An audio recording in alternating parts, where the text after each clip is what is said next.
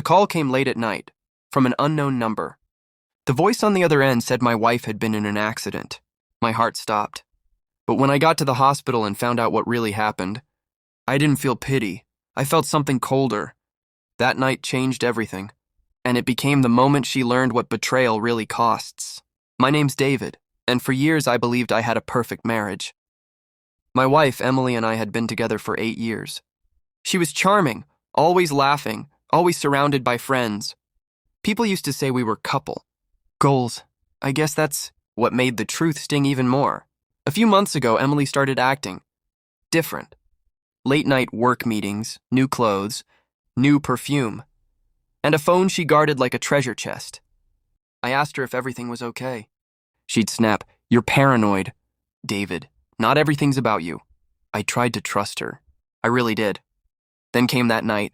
I got the call saying she'd been rushed to the ER after collapsing at a restaurant. I drove there like a madman, praying she was okay. When I reached her room, I froze, because sitting right beside her bed, holding her hand, was a man I'd never seen before. He looked nervous, guilty. When he saw me, he stood up and left without saying a word. Emily's face went pale. I asked, "Who was that?" She hesitated, then muttered, "Just a friend." I didn't buy it. The nurse came in to check on her, and I overheard her mention something about a severe allergic reaction after dinner. When the nurse left, I quietly asked, "What were you eating?" She said, "Seafood pasta." The problem was Emily hated seafood. She hadn't touched it in years. That's when it clicked. The restaurant wasn't somewhere we'd ever been. It was a fancy rooftop place across town, the same one she'd once said was too romantic for just friends. Over the next few days, I found out everything. Her phone records, secret messages, and receipts painted the full picture. She'd been seeing that man, her co-worker, Ryan, for months. The night she ended up in the hospital, she'd gone on a date with him. She'd eaten something she was allergic to. And he panicked, dropping her off at the ER before vanishing. 2 days later, when she got home, she was full of fake apologies and excuses. "David, I made a mistake." I was confused. "It didn't mean anything," she cried. I stayed calm. "You nearly died," I said, "and he didn't even stay to make sure you were okay." She nodded tearfully, then said something that almost made me laugh out loud. She said, "The hospital bill is a lot. Can you pay it, please? I don't have the money right now." That's when I realized she still thought I was her safety net. That no matter what she did, I'd always be there to clean up the mess. But not this time. I looked her dead in the eyes and said, "You expect me to pay for a night out with your lover? For the meal he ordered? For the mess you created?" She started crying again, begging, saying it wasn't fair. "It was an accident," she said. "You wouldn't want me to be in debt, right?" I smiled and said, "You're right. I don't want you in debt. I want you to learn."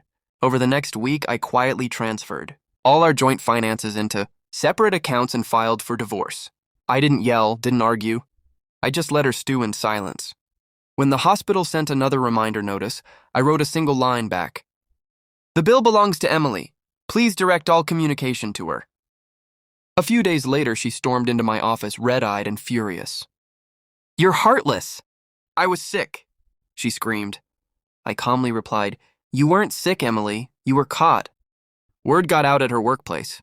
Turns out Ryan was engaged, and his fiancée found out through social media when she saw Emily's hospital selfie that night. Both of them were fired after HR learned about their inappropriate relationship.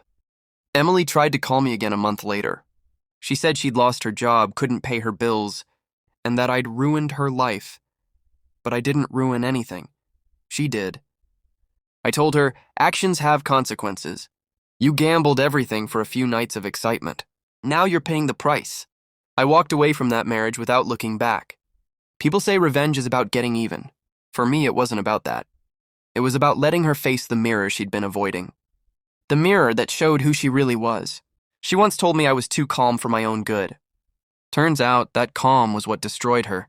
Because nothing is louder than silence from the one you thought would always rescue you. If you liked the video, please subscribe and turn on notifications.